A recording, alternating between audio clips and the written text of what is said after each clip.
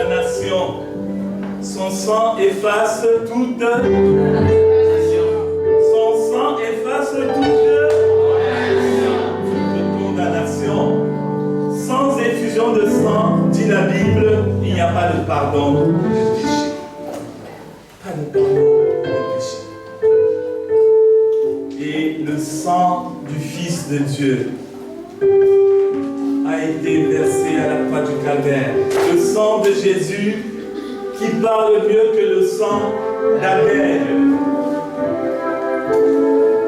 Le sang de Jésus qui nous a acquis une rédemption parfaite. La Bible dit que Christ sauve parfaitement ceux qui s'approchent de Dieu en son nom. Nous voulons ce matin remercier le Seigneur pour sa présence au milieu de nous.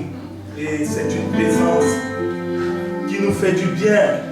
Je bénis Dieu pour son amour. Je bénis Dieu pour son aide. Je bénis Dieu pour son soutien de chaque jour.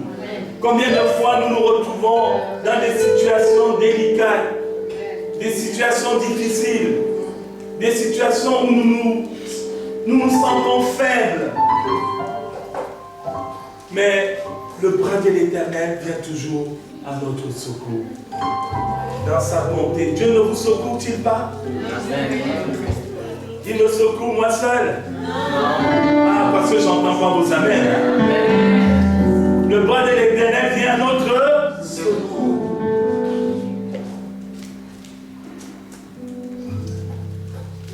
Nous le bénissons ce matin pour sa présence au milieu de nous. Nous voulons écouter sa parole.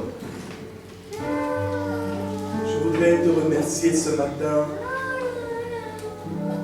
dans le Père Céleste, le Père de notre Seigneur et Sauveur, Jésus-Christ, pour ta présence au milieu de nous. Tu as voulu faire de l'homme, de la femme, le temple du Saint-Esprit, ce lieu où tu demeures. Tu n'as pas voulu habiter dans des temples faits de main d'homme. Toi dont les cieux des cieux ne peuvent contenir ta présence. Mon âme est heureuse de savoir que je suis le temple du Saint-Esprit. Mon âme te bénit, Éternel, pour la grâce qui nous est faite à chacun de mes bien-aimés d'être une habitation de Dieu en esprit. Et ce matin, nous voulons être disponibles. Seigneur, parle-nous, nous voulons t'écouter. Enseigne-nous, nous voulons nous laisser enseigner par Jésus. Redresse-nous, parce que tu nous prépares pour la vie éternelle. Mon âme te bénit ce matin, mon âme bénit ton Église dans le puissant nom de Jésus. Merci pour la manière dont tu vas encore te glorifier ce matin. Reçois toute la gloire au nom puissant de Jésus-Christ. Amen. Je voudrais nous inviter à lire deux passages. Le premier passage, c'est dans le livre de la Genèse, au chapitre 1, les versets 1 et 2.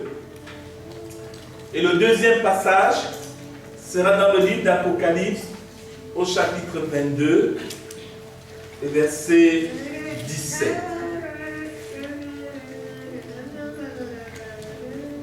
Au commencement, Dieu créa les cieux et la terre. La terre était informe et vide. Il y avait des ténèbres à la surface de l'abîme, et l'Esprit de Dieu se mouvait au-dessus des eaux. Amen. Amen. Et Apocalypse, chapitre 22, verset 17. Nous avons besoin de ton secours, Saint-Esprit Saint, dans le nom de Jésus. Amen. Amen.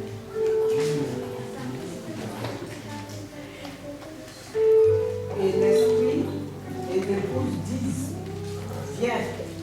Et que celui qui entend dise, viens. Et que celui qui a soif, vienne. Que celui qui veut prenne de l'eau de la vie. gratuitement. Amen. Amen. Au commencement, Dieu créa les cieux et la terre. La terre était informe et vide. Il y avait des ténèbres à la surface de l'abîme. Et l'Esprit de Dieu se mouvait au-dessus des eaux. Et Apocalypse 22, 17 qui dit, et l'Esprit et l'épouse disent, viens. Et que celui qui entend dise, viens. Et que celui qui a soif, vienne. Que celui qui veut prenne de l'eau de la vie gratuitement. Qu'est-ce qu'il y a de commun entre ces deux passages que nous avons lus? L'Esprit. L'Esprit de Dieu. Bien sûr, il y a aussi l'eau qui est évoquée. L'eau qui est aussi le symbole de ce Saint-Esprit. L'Esprit de Dieu est présent, n'est-ce pas, dans ces deux passages que nous avons lus. L'Esprit de Dieu est présent depuis les premiers versets de la Bible jusqu'au dernier verset de la parole de Dieu. Dès les premiers instants de la création, nous retrouvons la troisième personne de la Trinité, Dieu le Saint-Esprit, qui est à l'œuvre, qui attend les instructions du Père, n'est-ce pas, pour continuer l'œuvre de création qu'il a commencée. La Bible dit que l'Esprit de Dieu se mouvait au-dessus des eaux. Il attendait l'instruction suivante pour continuer à créer. Mais aussi, dans les dernières lignes de la Bible, dans le livre de l'Apocalypse qui nous parle des choses à venir, nous retrouvons cette fois-ci l'Esprit de Dieu associé à l'Église, avec l'Église, en train de faire quoi? En train de soupirer. L'Esprit de Dieu soupire et dit, viens Seigneur Jésus. Amen. Amen. L'Esprit de Dieu soupire avec l'Église et il dit, viens Seigneur Jésus. C'est dire combien, bien-aimés frères et sœurs, la présence du Saint-Esprit est indispensable. Elle est incontournable dans notre relation avec Dieu. Elle est incontournable dans la dispensation actuelle, dans la période actuelle où nous nous trouvons en ce qui concerne, n'est-ce pas, l'œuvre que Dieu accomplit pour amener son règne parmi les hommes. La Bible nous parle de cette dispensation de l'Esprit, que nous sommes actuellement dans le ministère du Saint-Esprit.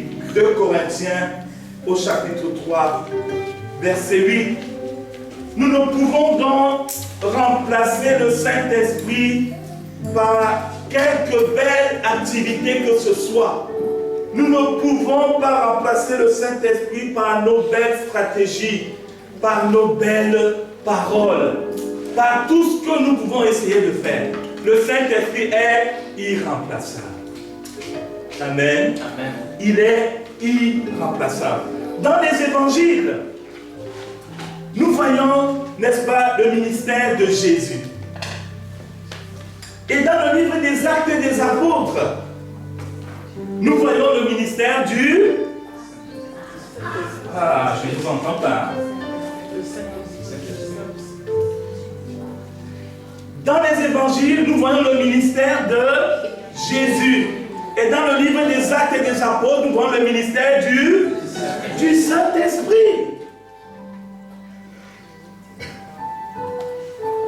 Le nom du Saint-Esprit apparaît 96 fois dans le Nouveau Testament. Et dans le livre des Actes et des Apôtres seulement, le Saint-Esprit est mentionné plus de 50 fois. Dans le chapitre 8 du livre de Romains, l'Esprit de Dieu est mentionné 17 fois. Ça voudrait dire que pour les premiers chrétiens, le Saint-Esprit avait une place qui était une place de suprématie. Il était au-dessus. C'est lui qui impulsait la vie de Dieu dans l'Église. C'est lui qui la contrôlait. C'est lui qui l'animait. Très souvent, nous entendons parler du travail de l'Église. On parle du travail d'évangélisation. C'est une bonne chose. On parle du travail, de ce qui se passe dans tel ou tel groupe d'activités. Mais il est rare d'entendre parler du travail du Saint-Esprit. Le Saint-Esprit travaille. Le Saint-Esprit travaillait dans l'église primitive. C'est pour cela que cette église, n'est-ce pas, s'est propulsée. C'est pour cela que cette église est rentrée dans la destinée que Dieu avait accomplie pour elle. Pourquoi de nos jours ne parlons-nous pas souvent assez du travail du Saint-Esprit? Le Saint-Esprit aurait-il disparu? L'église de ce siècle n'aurait plus besoin du Saint-Esprit. Elle serait suffisamment intelligente, suffisamment remplie de connaissances au point de ne pas vouloir vivre, n'est-ce pas, dans cette dimension qui est celle du Saint-Esprit. Ou plutôt, est-ce que le Saint-Esprit ne serait pas en souffrance au sein de l'Église de Jésus-Christ? Ce matin, quand je me suis réveillé, l'Esprit de Dieu m'a conduit dans un temps de prière pour ma propre vie. Un temps où je gémissais dans mon cœur devant Dieu. Change ma vie. Change mon cœur. Hier soir, en me couchant, j'avais un autre message pour ce matin. Change mon cœur. Et le Seigneur m'a dit, parle à l'Église des souffrances du Saint-Esprit. Que mon Église sache que le Saint-Esprit peut souffrir au milieu d'elle.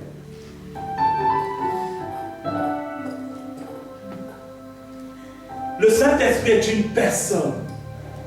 Il est la troisième personne de la Trinité. Le Saint-Esprit peut souffrir au milieu de l'Église.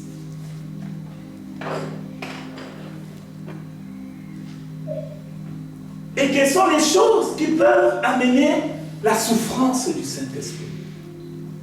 Il y en a plusieurs qui sont mentionnées dans les Écritures et je voudrais les partager avec nous pour nous encourager à ne pas faire souffrir le Saint-Esprit, mais à lui donner toute la place, toute la liberté. C'est vrai que nous le chantons souvent, mais est-ce que nous mesurons réellement ce que cela signifie et ce que cela implique pour nos vies? Les souffrances du Saint-Esprit. Lisons dans Matthieu au chapitre 12 pour voir ensemble la première chose qui amène la souffrance du Saint-Esprit de Dieu. Matthieu au chapitre 12.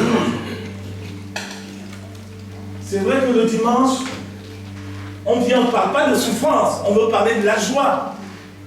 Mais la joie de Dieu n'est pas quelque chose qui vient en l'air, mais c'est la joie qui est produite par le Saint-Esprit. Et comment peut-il produire cette joie quand il est en souffrance? Matthieu chapitre 12, verset... Je vais lire les versets 22, 23, 24, 31 à 32. Alors, on amena à Jésus un démoniaque aveugle et muet. Et Jésus le guérit, de sorte que le muet parlait et voyait. Toute la foule étonnée disait, n'est-ce point là le fils de David?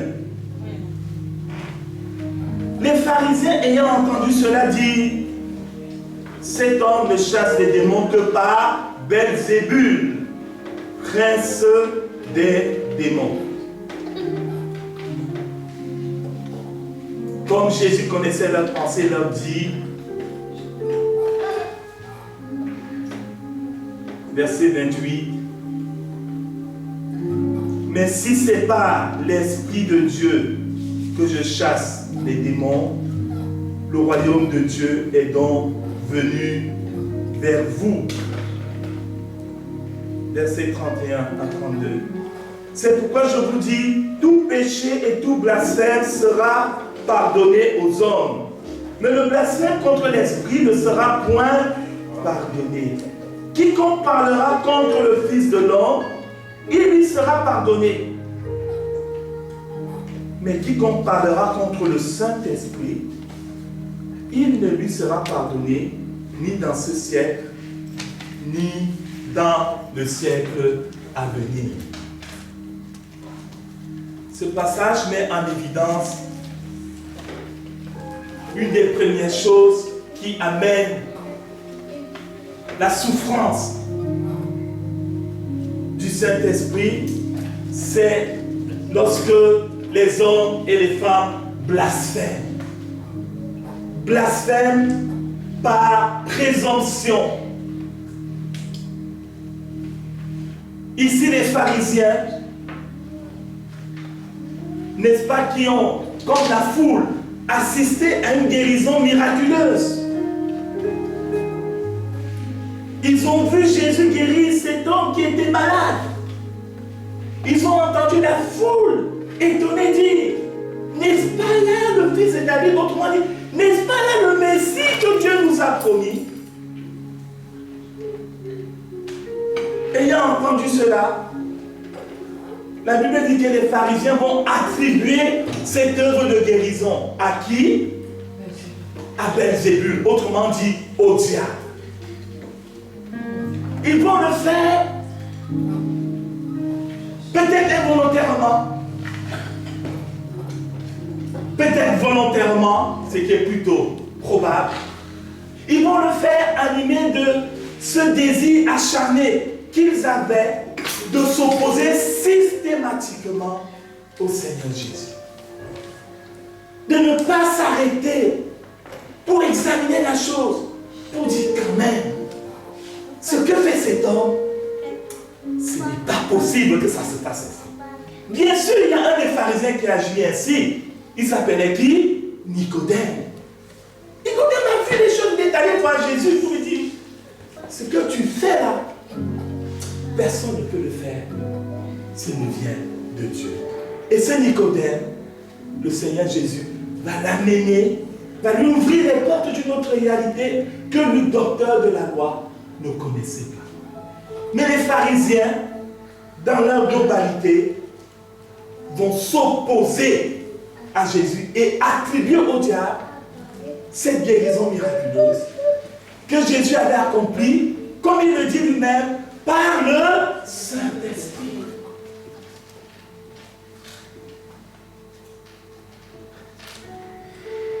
Est-ce que des fois, nous ne nous hâtons pas, bien-aimés frères et sœurs,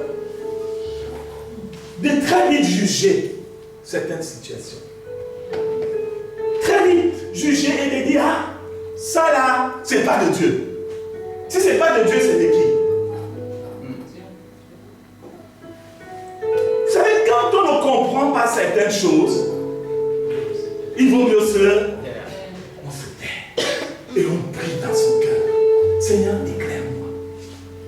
Des fois, nous nous hâtons par présomption de qualifier des choses, dire, ah, ça c'est de Dieu, ça c'est pas de Dieu, ça c'est de... Comme si Dieu, nous l'avons dans notre poche. Aujourd'hui, tu dois agir comme ça, comme ça, comme ça, comme ça.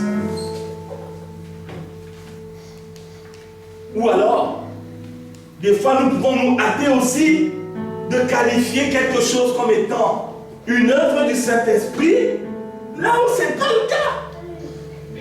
Là où c'est tout simplement une œuvre humaine, une œuvre charnelle, une œuvre qui crée certainement des émotions, mais qui n'est pas produite par le Saint-Esprit. Je me souviens quand j'étais jeune dans la foi, un jour, pendant que j'étais en train de prier, j'entends dans ma tête comme des paroles injurieuses qui montent dans ma tête. Pendant que je priais, je me suis dit, oh, j'ai péché contre le Saint-Esprit. J'ai commencé à paniquer. J'étais pas bien. Et je suis allé voir un aîné dans la foi. Je lui ai dit, voilà ce qui s'est passé. Pendant que je priais, il m'a regardé, il a souri, il m'a dit, frère, tranquillise-toi. L'ennemi essaie de te troubler. Il essaie de te troubler, de te ravir la paix, de te faire croire que tu as fait ce que tu n'as pas fait. Lorsque tu es chez toi et que le chien du voisin aboie, est-ce que c'est toi qui aboie? Mais tu entends bien le chien, tu l'entends aboyer. Je donne cet exemple, bien aimés frères et sœurs, pour que personne ne dise, ah, ça, j'ai péché contre le Saint-Esprit. Ne pas confondre les choses. Mais faire attention. Lorsque nous parlons facilement pour qualifier que telle ou telle chose n'est pas de Dieu, alors qu'elle est de Dieu. Ou le contraire. C'est quelque chose qui apporte la souffrance au Saint-Esprit. Et c'est pour cela que Jésus dit ici aux pharisiens, attention, vous pouvez blasphémer contre Dieu. Vous pouvez être pardonné. Vous pouvez blasphémer contre Jésus. Vous pouvez être pardonné. Mais si vous blasphémez contre le Saint-Esprit, il n'y a plus de pardon possible. Il n'y a pas de plan B pour le salut. Il n'y a plus de pardon possible.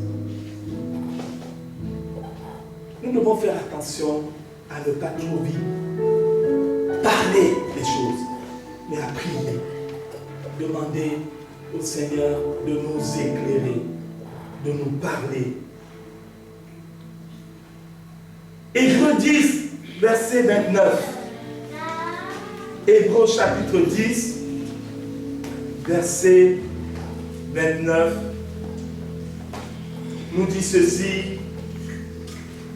Je vais lire. Hébreux chapitre 10, verset 29. De quel pire châtiment pensez-vous que sera jugé digne celui qui aura foulé aux pieds le Fils de Dieu, qui aura tenu pour profane le sang de l'alliance par lequel il a été sanctifié et qui aura outragé l'esprit de la grâce? De quel pire châtiment pensez-vous que sera jugé digne celui qui aura foulé aux pieds le Fils de Dieu, qui aura tenu pour profane le sang de l'alliance par lequel il a été sanctifié et qui aura outragé l'esprit de la grâce? C'est une parole que l'auteur de l'épître aux Hébreux, poussé par le Saint-Esprit, adressait à certains croyants, hébreux justement, qui après avoir été éclairés par Dieu, après avoir été convaincus dans leur cœur que l'évangile de Jésus-Christ était le message qu'ils devaient accepter dans leur vie, ils ont été convaincus dans leur cœur, ils ont accepté ce message, ils ont été purifiés par le sang de Jésus, Ils ont été adoptés par le Saint-Esprit parce que c'est le Saint-Esprit qui rend témoignage à notre esprit que nous sommes des enfants de Dieu. Après avoir, n'est-ce pas, vécu toutes ces choses, et bien ces croyants-là ont commencé à se détourner de Dieu, à tourner le dos au Seigneur, parce qu'ils étaient persécutés, parce qu'ils vivaient des épreuves, parce qu'ils vivaient des choses difficiles. Ils ont commencé à outrager l'esprit de la grâce de Dieu. Vous savez, il y a des mots forts qui sont utilisés dans la parole. Blasphème, outrage. Outrage, c'est des mots, c'est un mot quelque part qui a une valeur juridique et qui implique sanction. Et l'auteur ici dit, si vous outragez l'esprit de la grâce, quand on outrage une autorité publique, ça vaut poursuite pénale. Et derrière, ça vaut sanction. Outrage à l'autorité publique. À combien plus forte raison quand on outrage l'esprit de la grâce de Dieu. Quand on méprise le témoignage du Saint-Esprit. Ces croyants avaient reçu le témoignage du Saint-Esprit dans leur vie. Ils avaient vécu ces choses. Comme ce matin, ces bonnes choses que nous vivons, quand nous nous rencontrons pour louer Dieu. C'est pas bon? C'est pas bon? Nous sentons sa présence. Nos cœurs sont touchés. Nos émotions vibrent. Ce n'est pas des illusions, c'est une réalité. Quand donc tu as vécu ces choses, et que dans ton quotidien, les difficultés de la vie te rattrapent, les tentations te rattrapent, les ceci te rattrapent, les ça te rattrapent, comment vas-tu agir? Vas-tu oublier cela, ce que tu vis ou ce que tu as vécu avec Dieu, pour dire quand même, la vie en France est difficile. Donc quoi? Reste attaché à Dieu. Amen. Amen. Reste attaché à Dieu. Mais ces croyants ne restaient plus attachés à Dieu. Et c'est pour cela qu'il est dit aussi dans Hébreux chapitre 6, verset 4, car il est impossible que ceux qui ont été une fois éclairés, qui ont goûté le don céleste, qui ont eu part au Saint-Esprit, qui ont goûté la bonne parole de Dieu et les puissances du siècle à venir, et qui sont tombés, soient encore renouvelés et amenés à la repentance, puisqu'ils crucifient pour leur part le Fils de Dieu et l'exposent à l'ignominie. Nous devons veiller, quelles que soient les situations que nous vivons, pour que nos cœurs, n'est-ce pas, restent attachés au Seigneur Jésus. Amen. Amen. Si Dieu est pour nous, qui sera contre nous? Il fait concourir toutes choses au bien de ceux qu'il aime. Toutes choses. Toutes choses. Toutes choses. Est-ce que tu y crois? Cette semaine, je remercie le Seigneur. Je lui rendais grâce. Parce qu'il m'a montré certaines choses difficiles que j'avais vécues dans le passé et pour lesquelles je gémissais. Et cette semaine, le Seigneur m'a fait comprendre que ces choses que je vivais, il les a permises pour mettre à valeur le bon témoignage de vie qu'il m'avait donné. Pour me rendre crédible quand j'ouvrirai la bouche pour dire un mot à ma famille.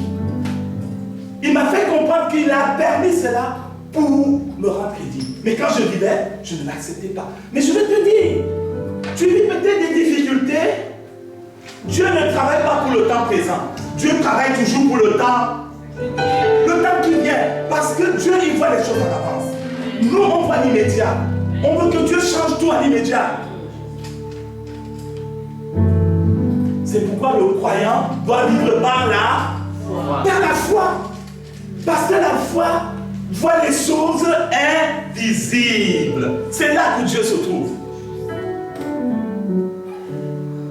Dis à ton voisin, tu dois dois vivre par la foi. Et il y a un autre voisin à côté de toi, tu n'as rien dit. Dis-lui, tu dois vivre par la foi. C'est une réalité pour nous tous, bien-aimés. Si nous voulons vivre toujours dans l'immédiateté, nous ne pouvons pas tenir dans la vie chrétienne. Mais nous devons accepter. Tu vis des injustices, tu es en train de préparer ton avenir. Bénis Dieu. Seigneur, je te loue parce que tu es au contrôle. C'est difficile pour moi. Viens me consoler, mais je m'attache à toi. Amen. Je reste attaché à Jésus. Amen.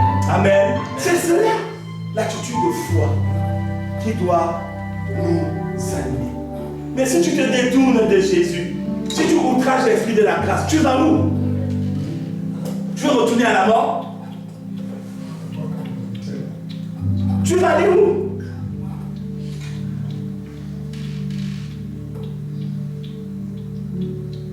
Le Saint-Esprit souffre lorsqu'il est aussi attristé et rejeté par la désobéissance des hommes. Nos désobéissances. Ésaïe au chapitre 63, les versets 9 à 10. Ésaïe au verset 63, les versets 9 à 10. Prochaine fois, il faudrait penser à apporter les ventilos parce qu'il fait chaud. Ésaïe 63, verset 9 à 10 dit ceci. Dans toute leur détresse, en parlant du peuple d'Israël, ils n'ont pas été sans secours. Et l'ange qui est devant sa face les a sauvés. Et Dieu les a lui-même rachetés dans son amour et sa miséricorde. Dans toute leur détresse. Je voudrais que tu comptes les détresses que tu as déjà traversées. Souviens-toi des situations difficiles que tu as vécues. Tu peux t'en souvenir. J'aimerais des fois qu'il y ait des moments comme ça où on vient témoigner. Moi j'ai vécu ça dans le passé, j'ai vécu ceci, mais Dieu m'a aidé. Dieu m'a aidé. À un moment j'ai pensé prendre une mauvaise direction, mais Dieu a parlé dans mon cœur, je suis resté fidèle. Dans toute leur détresse, ils n'ont pas été sans secours. Et Dieu lui-même les a rachetés dans son amour et sa miséricorde. Et constamment, il les a soutenus et portés. Dieu les a portés, le peuple d'Israël. Dieu les a portés. Tu sais combien de fois Dieu t'a porté? Quand Dieu nous porte, il ne nous dit même pas qu'il nous porte. Hein. Des fois, il nous dit, quel que soit nos poids, il porte. Amen. Amen. Il nous porte dans ses bras d'amour. Il les a portés aux anciens jours. Mais, ils ont été rebelles. Ils ont attristé son Esprit Saint. Et il est devenu leur ennemi. Il a combattu contre eux. Il y a dans ce passage des vérités qui sont intemporelles. Quand Dieu agit pour nous, il manifeste sa bonté. Il nous parle. Il nous montre la voie que nous devons prendre. Si malgré cela, nous nous obstinons, nous nous entêtons, nous faisons comme si Dieu n'a pas parlé, cela fait quoi? Cela attriste le Saint-Esprit. C'est comme si tu parlais à un ami. Tu lui dis, écoute, je suis allé à tel ou tel endroit. Il y a des gens qui t'attendent. Il y a un piège pour toi. Évite. Mais passe par là. Cet ami ne t'écoute pas. Tu vas sauter de joie. Tu ne vas pas sauter de joie. La Bible dit, ils ont attristé son Esprit Saint. Et le Saint-Esprit est devenu quoi? Leur ennemi. Bien-aimés frères et sœurs, moi je ne veux pas être un ennemi de Dieu. Non. Mais nous sommes devenus des enfants de Dieu. Des amis de Dieu. Amen. Amen. Nous sommes devenus des amis de Dieu. Ne provoquons pas le Saint-Esprit en résistant à ce que Dieu nous dit. En nous entêtant dans des mauvaises voies. Je bénis Dieu. Parce que j'ai aussi vu des cas d'obéissance au milieu de l'église, au milieu de nous. J'ai vu des cas d'obéissance. Et personne à qui nous avons pu parler, mon frère, ma soeur. Sors de cette situation. Ne reste pas là. Oui, ma soeur. La personne a obéi. Et aujourd'hui, si elle est debout, c'est à cause de cette obéissance. Bien aimés frères et sœurs. Pas à nous, mais à Dieu. Amen. Parce que c'est aussi de la part du Seigneur que nous vous exhortons.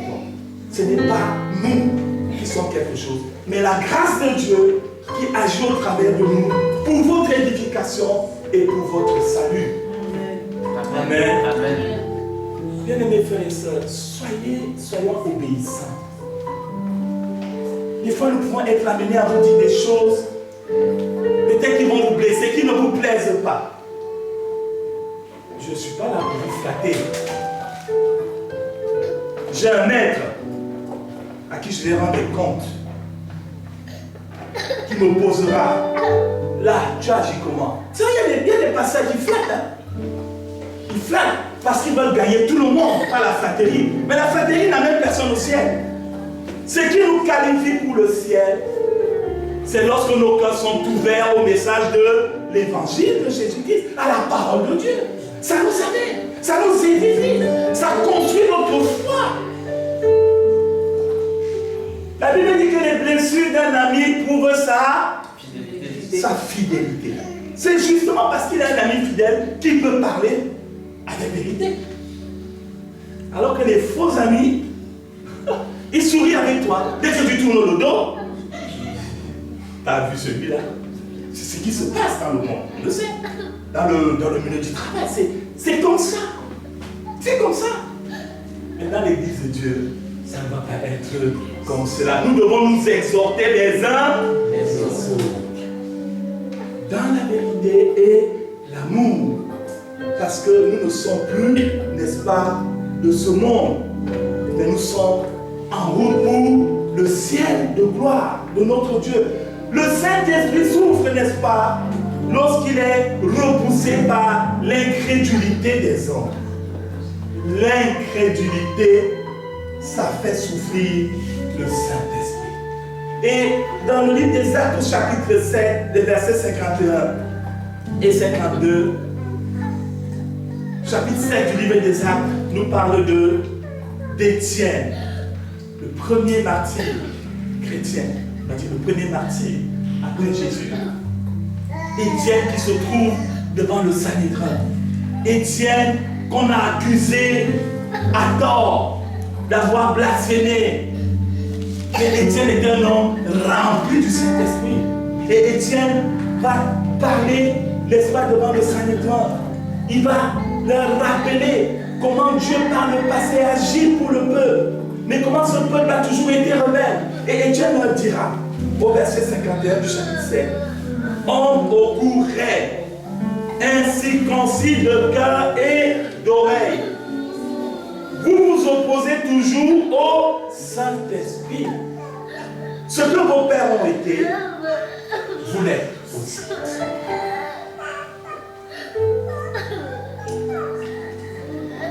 Homme au cou raide, incirconcis de cœur et d'oreille, vous vous opposez toujours au Saint-Esprit.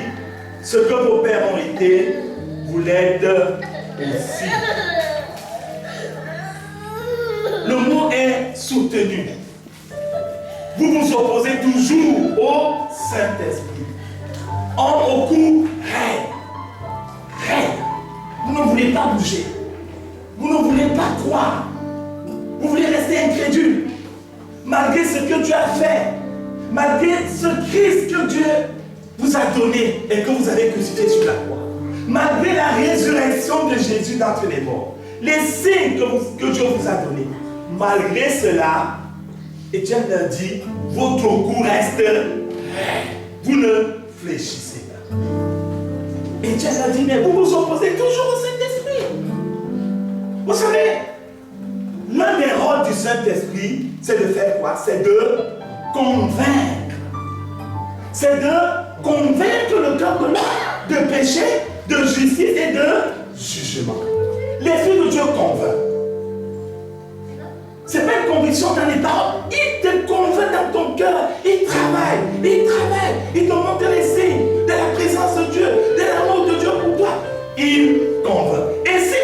condition, l'homme s'entête, qu'est-ce qui va rester? Qui doit venir convaincre? Personne. Puisque c'est Dieu, le Saint-Esprit, c'est son rôle. Et c'est ce qu'Étienne est en train de dire au Saint-Esprit. Alors,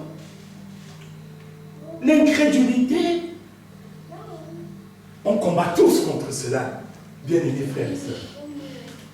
Mais il y a une chose qui nous aide beaucoup, c'est quand nous aimons la parole de Dieu. Amen. Quand nous aimons la parole de Dieu, cette parole, elle va labourer nos cœurs. Elle va briser les schémas d'incrédulité. Parce que nous avons grandi dans une société qui nous a communiqué des raisonnements d'incrédulité. On les a donné ces raisonnements-là. On nous les rappelle même encore. Quand tu écoutes les médias, ne me dis pas que lorsque tu finis d'écouter les médias ou regarder la télévision, tu as envie d'aller prier. Non. Non. Ça distille un message d'incrédulité, un message de rejet de Dieu, un message de mépris de la chose de Dieu, des valeurs de Dieu. Ça te parle de l'homme moderne. L'homme moderne. Il vient de qui? Du singe. Mais il est moderne. Eh oui, la contradiction ne la voit même plus. La Bible me dit que j'ai été créé à l'image de Dieu. Je suis une belle créature. Je te loue parce que je suis une créature merveilleuse. Amen. Regardez la complexité du corps humain. Regardez sa complexité. Regardez sa complexité. Comment peut-on prétendre qu'il vient de rien? Comment? Quelle folie! Mon âme te loue parce que je suis une créature merveilleuse. Je voulais t'encourager à aimer la parole de Dieu. Je voulais t'encourager, mon frère, ma soeur. Je ne sais pas si tu la lis vraiment. Ne fais pas le service minimum avec la parole de Dieu. Parce que c'est cette parole qui brise les cœurs, qui enlève les schémas d'incrédulité en nous. Et qui fait qu'on aime Dieu. On aime la chose de Dieu. Quand même on va entendre des messages hostiles, ça nous glisse ça. Ça ne nous atteint pas. Parce qu'il y a en nous le bon dépôt de la parole de Dieu. Je peux dire à ton voisin, aime la parole de Dieu. Non mais dis-lui, aime la parole de Dieu.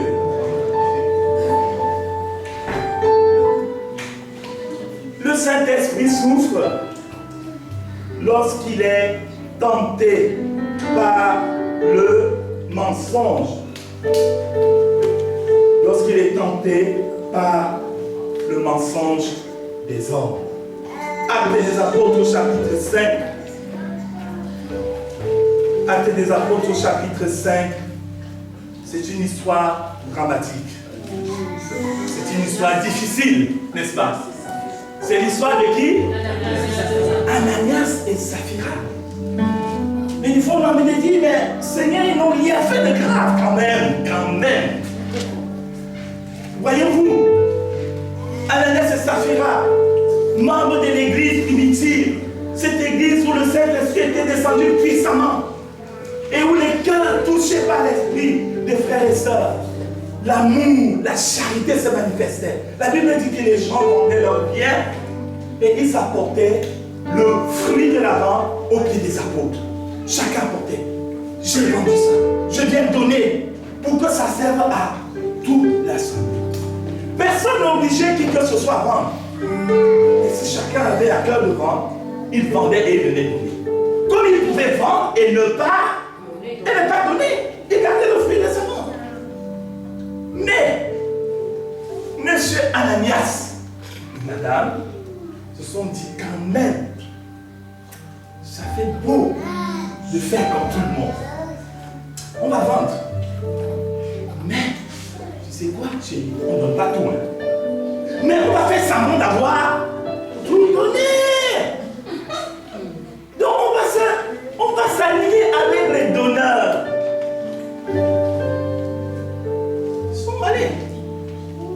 Ils sont allés donner le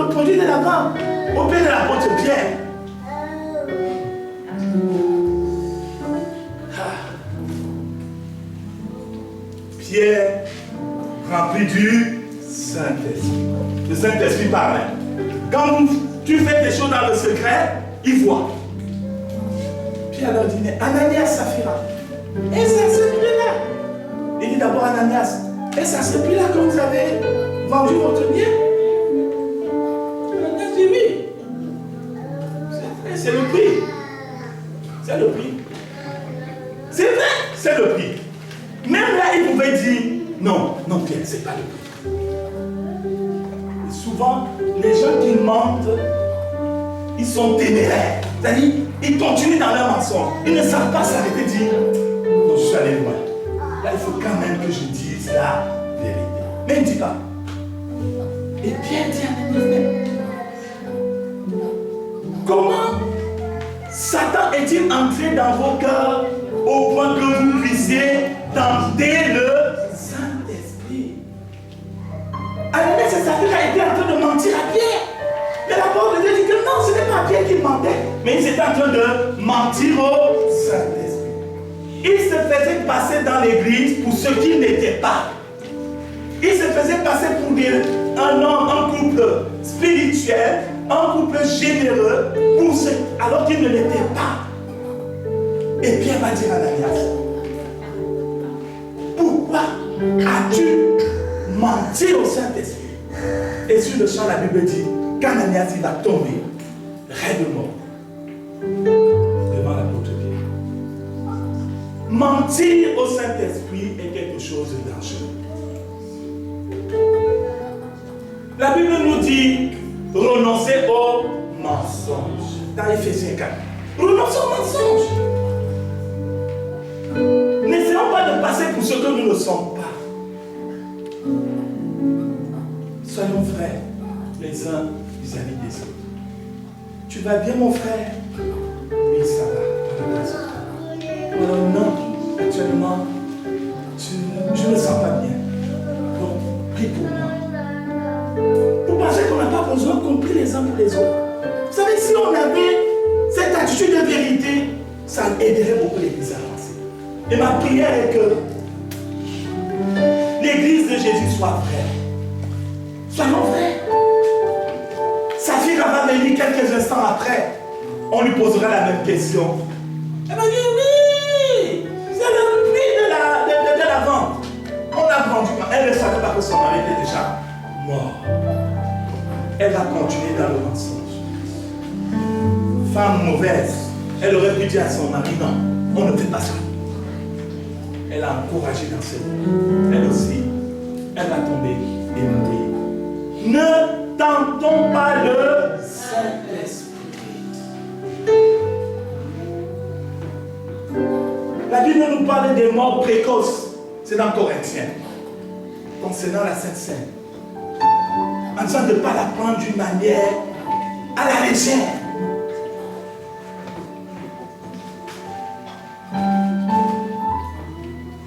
L'Esprit de Dieu souffre lorsque son action est éteinte par les préjugés des hommes et des femmes. 1 Thessaloniciens au chapitre 5, verset 19 à 20, dit quoi? 1 Thessaloniciens chapitre 5, verset 19 à 20 dit: n'éteignez pas l'esprit. N'éteignez pas l'esprit, ne méprisez pas les prophéties. N'éteignez pas l'esprit. N'éteignez pas l'esprit. Ah, on peut éteindre l'esprit comme on éteint la lumière. Enfin, quand on éteint la lumière, c'est les ténèbres. La Bible dit, n'éteins pas l'esprit de Dieu. Et comment on peut l'éteindre? Lorsqu'on méprise les prophéties, lorsqu'on méprise l'enseignement de la parole de Dieu, lorsqu'on méprise l'exhortation que Dieu nous donne,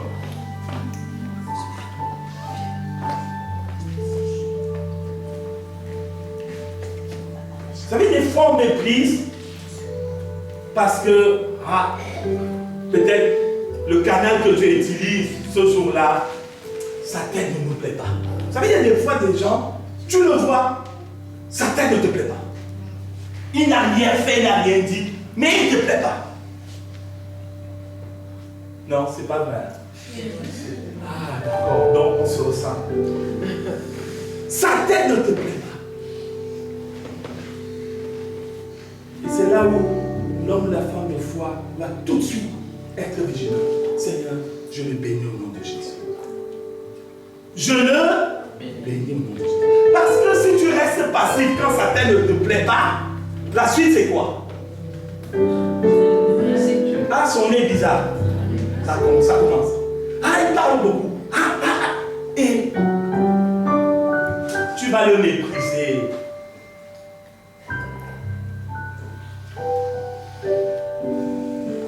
Ne méprisez pas les prophéties. Ne méprisez pas la parole qui est enseignée. Ne dis pas, le pasteur m'a encore parlé du Saint-Esprit. Eh oui, tu es dans le mépris, mais ce n'est pas du canal. C'est du Saint-Esprit. Prends la parole qui est enseignée. Prends l'enseignement qui est donné. Si l'enseignement est fondé, prends-le. Accepte. S'il n'est pas fondé, filtre. Mais n'éteins pas le Saint-Esprit parce que tu as des préjugés qui font que tu méprises l'action de Dieu. Et enfin, Éphésiens chapitre 4, verset 30. Je terminé par là. Éphésiens chapitre 4, verset 30, dit quoi? Éphésiens chapitre 4, verset 30 dit: N'attristez pas le Saint-Esprit de Dieu, par lequel vous avez été scellés pour le jour de la rédemption. N'attristez pas le Saint-Esprit de Dieu, par lequel vous avez été scellés pour le jour de la rédemption. Et si on lit le verset 29, toujours d'Éphésiens chapitre 4, il est dit quoi?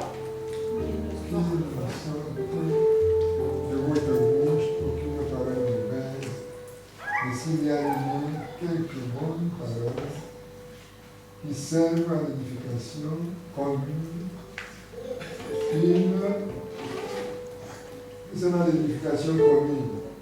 et communique une grâce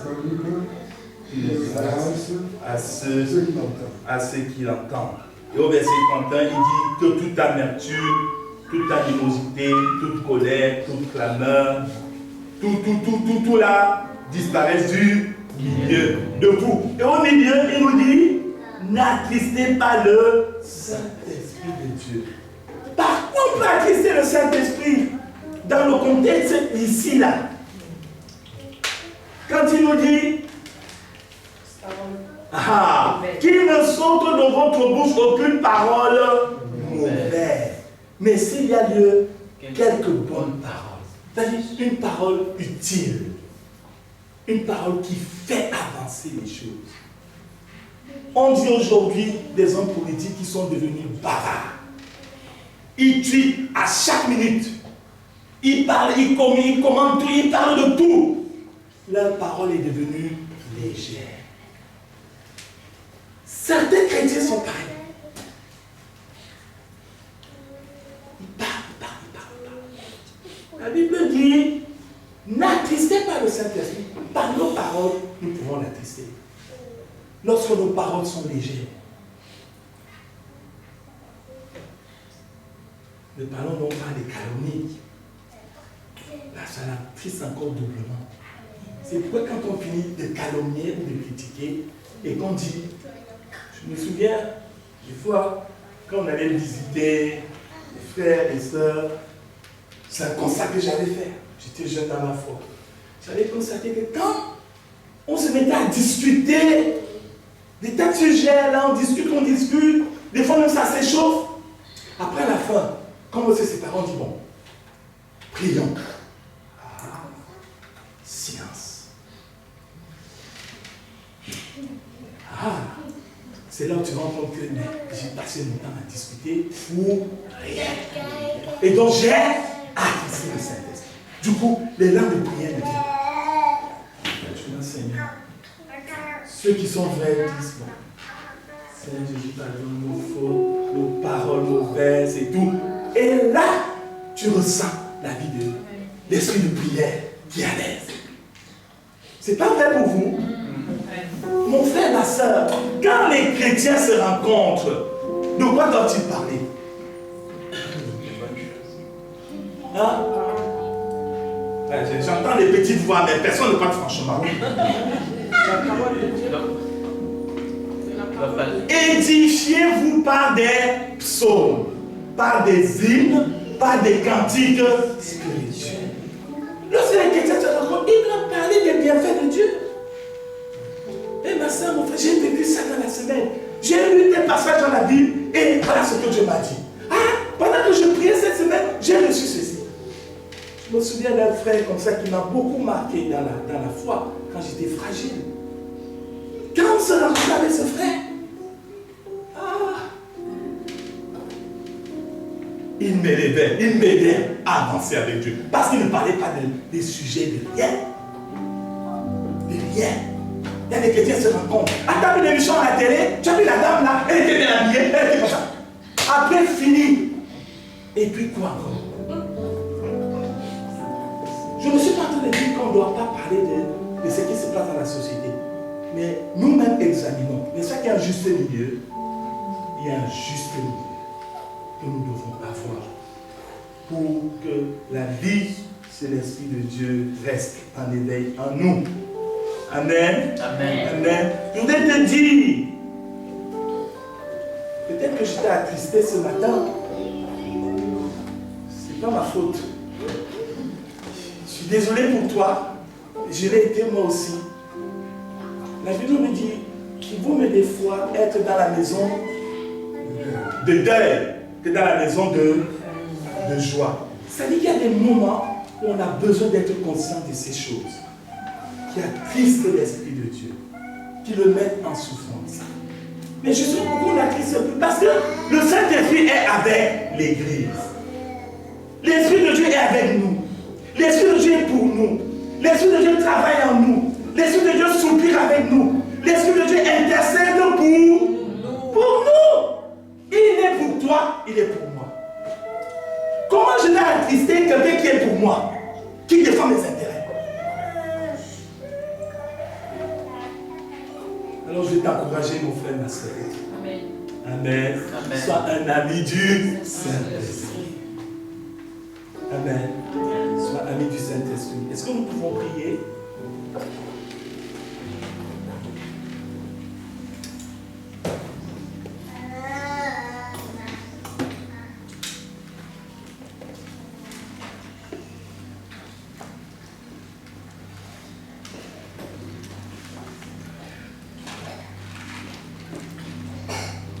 Parle-lui ce matin. Il est là présent au milieu de nous. Peut-être a-t-il mis le doigt sur certaines choses où tu t'es trouvé à l'étroit, où tu l'as attristé. Ce n'est pas pour te condamner, mais c'est pour que l'Esprit de Dieu soit à l'aise en nous, qu'il soit libre de travailler nos vies, de nous transformer. Amen.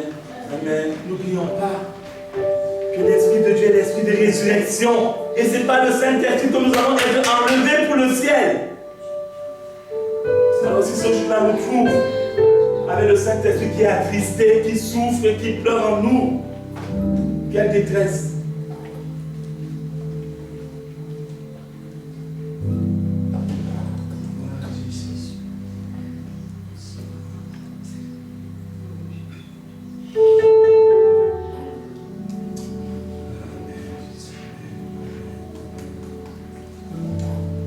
Quelqu'un veut élever la voix pour prier, qu'il le fasse librement. Saint-Esprit de Dieu, viens régner en nous, conduis nos pensées, conduis nos cœurs, Seigneur mon Dieu, règne en nous, sois le maître, et que nous soyons sensibles à toi, et que nous puissions vraiment marcher en nouveauté de vie, et que nous puissions vraiment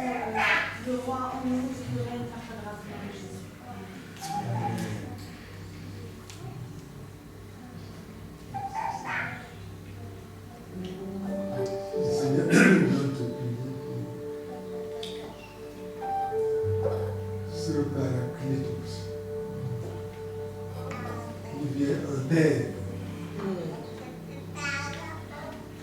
Lorsque nous sommes dans la faiblesse, lorsque nous sommes en train de vouloir nous dérouter. Il intervient. Il te montre sa bonté, sa joie. Nous voulons garder ce Saint-Esprit. Maintenant que le Saint-Esprit va toujours renouveler en nous. Amen. Il est comme un thermostat. Quand notre vie en baisse, elle commence à s'élever. C'est ce que cette vie fasse tous les efforts pour retrouver l'équilibre. Aide-nous, Seigneur. Il n'y a pas autre chose dans l'église de Jésus-Christ qui ne pas le Saint-Esprit. Amen. Il est tout. Amen. Il est tout. Oh, quand il nous parle, quelle douce voix. Une voix suave, douce. Une voix qui nous ramène. Le bon chemin. Oh Seigneur, ton église a besoin de ce thermostat. Qui ne se guide jamais, mais qui est toujours top au niveau. Et nous voulons notre Dieu de nous rappeler la preuve du Seigneur. Tu nous mets toujours dans l'évangile. Alléluia. Merci. Merci pour que nous soyons dans un milieu où la parole de Dieu est celle-même qui verse l'esprit des choses. C'est l'églison pour nous, Seigneur. C'est ta vie, le Saint-Esprit qui nous accompagne, mais qui est au-delà de nous, qui doit être respecté comme étant le Maître. Nous te bénissons. Amen.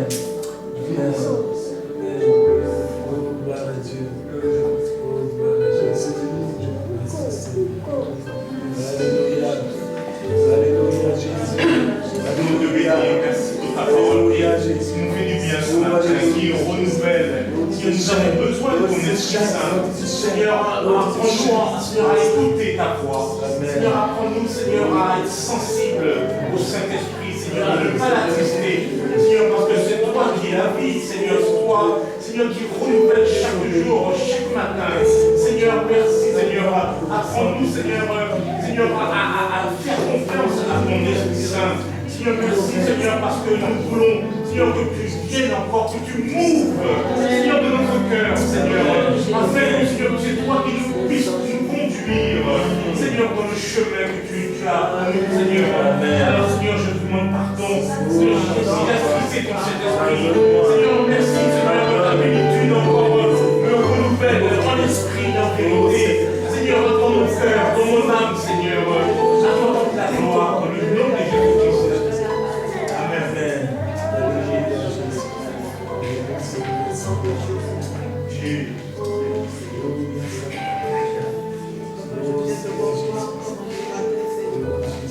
Te demander de pardonner, Seigneur. Pardonne-moi, Seigneur, les fois où je au travers des paroles qui sortent de ma bouche, Seigneur. Pour avoir méprisé, Seigneur, ton enseignement, mon exhortation, Seigneur. Que deux fois j'ai adieu à Dieu, c'est le Saint-Esprit, Seigneur. Je viens te demander pardon, Seigneur. Selon qu'il est dit, Seigneur, tu confesses de ta propre bouche, Seigneur, que Dieu est fidèle, Jésus est fidèle pour nous pardonner. Pardonne-nous, Seigneur. Pardonne-moi, Seigneur.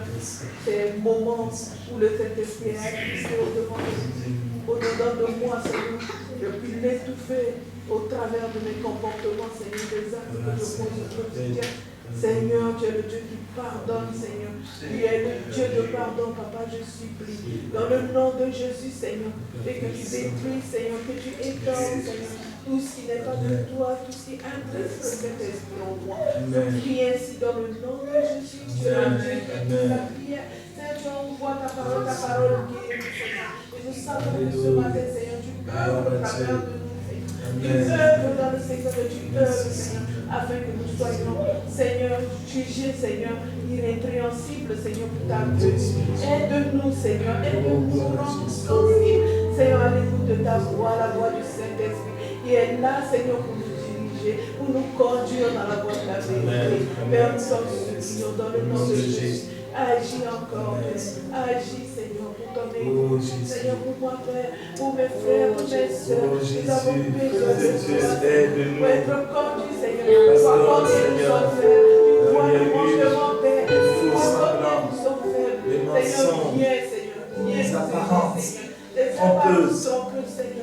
Délivre-nous, Seigneur. Délivre du mensonge. Délivre, Seigneur. Oh, Seigneur, mon Dieu, mon roi. Que nous soyons vrais en toi, Seigneur. Vrais en toi, sensibles, Seigneur, à cette voix. Qui est là, toujours à nos côtés, qui ne nous délaisse pas, qui est présent. Ton nom est Emmanuel, Papa. Merci. Fais-le encore dans le nom de Jésus. Je sais que tu écoutes la prière. Tu exauces au-delà de nos attentes. Merci encore pour l'Église. Amen.